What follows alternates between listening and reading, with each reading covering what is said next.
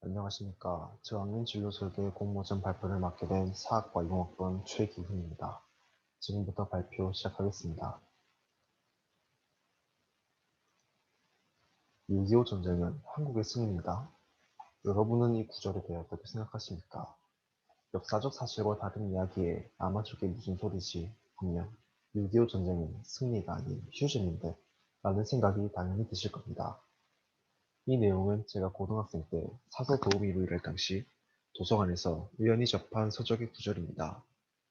연합국이 북한의 무조건적인 항복을 받아 판문점에서 종전협정을 맺음으로써 전쟁은 종결되었다.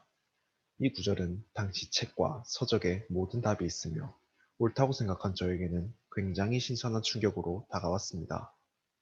휴전이 아닌 승리라는 이 책의 오류성을 발견하며 저는 아무리 도서와 서적이라도 곧이곧대로 해석하고 받아들이는 것은 위험하겠구나라는 생각을 함과 동시에 기본 역사 지식이 없다면 이를 진실로 받아들일 가능성이 있겠구나 라는 의문제기를 처음으로 가져보았습니다. 그리고 이러한 경험을 통해 저는 글의 올바른 해석을 하기 위해서는 항상 비판적인 사고력을 지니며 이를 활용하는 것이 가장 중요하다고 생각하게 되었습니다. 이를 바탕으로 지금부터 비판적 사고력을 지닌 역사교사가 되기 위한 저 최기훈의 과거, 현재, 미래에 대한 이야기를 본격적으로 시작하겠습니다. 목차는 제가 역사교사라는 꿈을 가지게 된 계기와 역사교사로서 어떠한 역량을 지녀야 하는지, 그리고 이를 이루기 위한 계획과 함께 마무리를 가미할 예정입니다.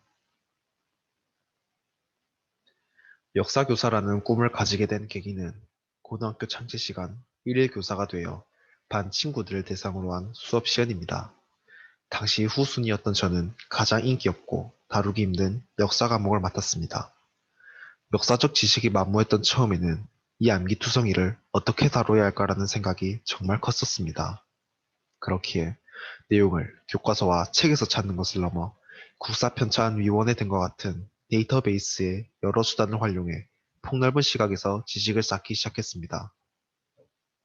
그런데 신기한 게도 탐구하면 탐구할수록 다른 과목과는 달리 역사라는 과목은 원인과 과정, 결과로 이어지는 흐름인 스토리성이 있다는 점을 발견했습니다. 또한 모든 사건은 그에 얽힌 숨겨진 이야기가 있다는 점을 발견하였고, 저는 이에 매력을 느껴 점차 역사에 대해 흥미를 가지게 되었습니다.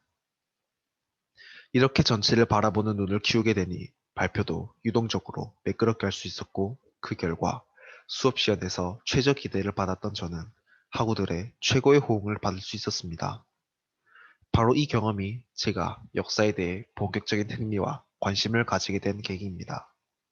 일방적, 수직적 소통이 아닌 쌍방향, 수평적 소통의 자세를 가지려고 노력하니 수업 분위기가 훨씬 향상되는 것을 느낀 저는 이 시연 경험을 통해 역지사지 입장에서 학생들을 대하는 것이 얼마나 중요한지 몸소 깨닫게 되었습니다.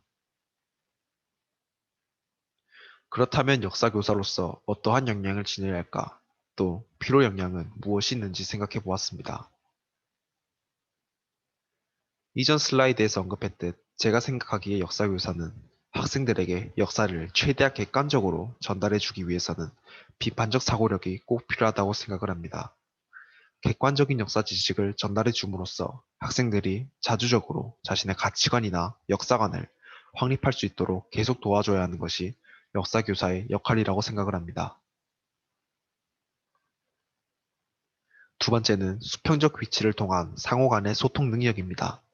제가 역사 지식이 풍부하다 해서 학생들도 당연히 지식이 해박하다 생각하여 이 사건은 몇 년도, 저 사건은 몇 년도에 일어났는지 설명해주는 수업 방식은 대단히 잘못된 수업 방식이라고 생각을 합니다. 역사교사는 학생의 눈높이에 맞추어 교과서 및 시청각 자료 등 다양한 학습 자료를 활용하여 역사에 대한 흥미를 유발하고 역사적 중요성을 알려주는 것이 중요하다고 생각을 합니다. 이를 통해 저는 겉모습만 보고 역사가 외움의 대상이라는 고정관념을 깨고 싶습니다. 토론같이 학생들의 입장을 서로 공유하고 서로 대화의 장을 여는 수업을 함으로써 역사에 대해 더욱 흥미를 유발하고 역사적 중요성을 알려주고 싶습니다. 다음으로는 교사가 되기 위한 교육 실습이다. 여러 교육 봉사 등을 포함한 동아리, 대외 활동 경험 등이 필요하다고 생각을 합니다. 이러한 비판적 사고력을 지님과 동시에 쌍방향 의사소통을 원활하게 하는 역사교사가 되기 위해 저는 앞으로 다음과 같은 계획을 짜보았습니다. 우선 1학년입니다. 1학년 때는 대학 생활을 충실히 하며 전교사 2급 자격증을 획득하기 위한 교직이수 자격을 얻기 위해 학점을 유지하는 것을 1순위로 놓을 것입니다. 또한 대학 생활의 꽃이라 생각하는 대외 활동에 적극적으로 참여할 것입니다. 예로는 역사박물관의 청년 기자단으로 참가를 하거나 역사 왜곡에 대항하는 역사 지킴이 활동, 한국 문화와 역사에 대한 콘텐츠 기획을 하는 등 트렌드에 맞추어 여러 방면으로 역사를 느껴볼 계획입니다. 추가로 사학과는 2학년 때부터 동양사, 서양사 문헌 강독을 전공으로 배우기 시작합니다. 이 수업에는 서적의 한글 번역본이 아닌 한문이나 일본어 등 원문을 읽어야 하는데 이때 원활한 학습을 위해 필요한 외국어 실력 대비를 시작할 것입니다. 한어수평고시인 HSK 4급 또는 욕심을 내서 5급을 취득하는 것을 목표로 할 것이며 여유가 생긴다면 일본어 능력 시험인 JLPT의 N1, N2를 목표로 도전할 것입니다. 다음은 2학년입니다. 1학년 때는 전공을 겉핥기식으로 배웠다면 2학년 때부터는 전공에 대해 자세하게 탐구할 것입니다. 저는 고등학교 교육 과정에서 한국사만 배웠기 때문에 아직은 역사 지식이 많이 부족하다고 생각을 합니다. 그렇기에 대학교에서는 한국사를 중심으로 동양사를 통합적으로 공부해 주변 국가들과의 관계가 어떻게 전개되었는가를 탐구할 것입니다. 나아가 서양사 등으로 확장되는 동심원 모양의 학습으로 폭넓은 공부를 계획함으로써 당시 상황과 함께 지역민족이나 사회까지 심층적으로 이해하고자 노력할 것입니다. 추가로 교직이수를 수행함으로써 역사교사로 나아가기 위한 도움닫기를 통해 1학년 때 뿌렸던 씨앗들, 노릇들을 2학년 때 거둬들이려고 합니다. 다음은 3학년입니다. 우선 군 복무 기간에는 국방의 의무를 지님과 동시에 기타 자격증을 준비하려고 합니다. 교사로서 효과적으로 수업을 진행하기 위한 자료를 만들기 위해서 컴퓨터 활용 능력 1급을 취득하는 것을 목표로 하고 있으며 유효 기간이 곧 소멸될 한국사 능력 검정시험 1급을 새로 갱신하여 역사 공부를 소홀히 하지 않을 것입니다. 복학 후 3학년 때는 상당 수준에 맞춰진 전공과 교직 이수에 대한 공부를 병행하려고 합니다. 우선 교직 이수를 통한 역사 교육론이나 역사 연구 및 지도법 등의 교과 교육론을 심도 있게 배워 과정과 이야기를 중시하는 저의 가치관에 맞추어 학생들이 역사를 친근하게 받아들일 수 있는 교육 방식을 탐구할 것입니다. 지식만 갖춘 역사 전문가가 아닌 진심으로 소통하는 교사로서의 저의 목표는 제가 아닌 학생들에게 수업에 초점을 맞추어 학생들이 역사에 흥미를 느끼고 역사를 통해 자신이 올바르게 나아갈 수 있도록 방향을 잡아주는 것입니다. 또한 개인적으로 이렇게 공부한 것을 바탕으로 교환학생이나 해외체험, 동아시아 국가인 한국, 중국, 일본 대학 간의 어학연수 등을 활용하여 종합적이고 심층적인 학습을 통해 역사 지식을 전문적으로 쌓을 것입니다.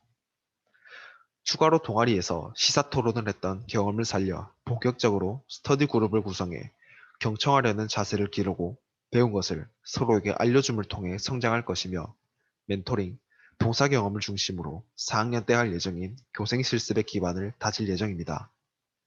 이 기반을 통해 임용이사 시험인 면접과 수업 실련 등에 대한 만반의 준비를 가할 것입니다.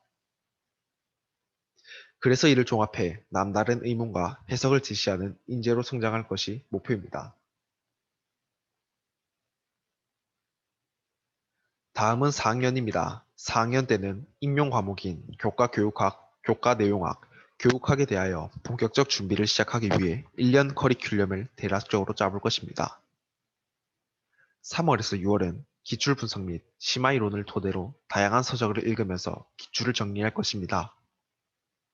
또한 7, 8월 달에는 3월에서 6월에 공부를 하고도 부족한 부분에 대한 이해를 추가하고 9월에서 11월에는 실력 점검과 약점 체크를 병행할 것입니다.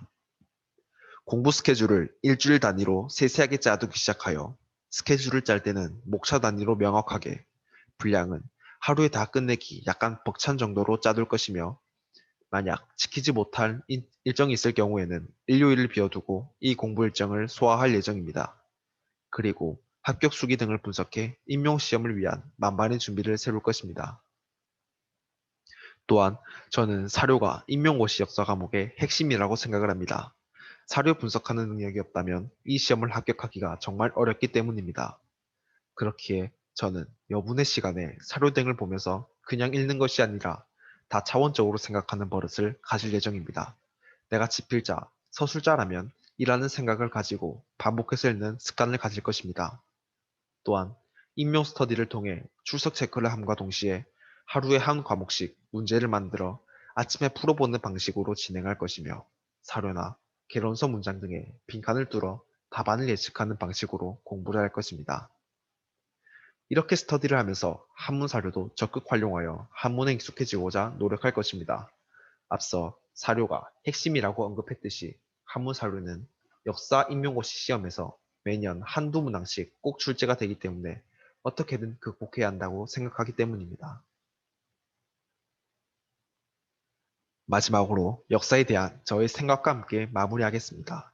역사란 다양한 분야에서 중요한 책임과 역할을 갖는 사람들에게는 당신들이 실정하면 역사의 낙인이 찍히니 잘하라는 경각심을, 그리고 국민들에게는 민족 긍지와 나라를 위해 애써 죽일 마음을, 또한 국영들에게는 기억이라는 영광과 보상을 해주기 때문에 역사는 중요하고 꼭 필요하다고 생각을 합니다.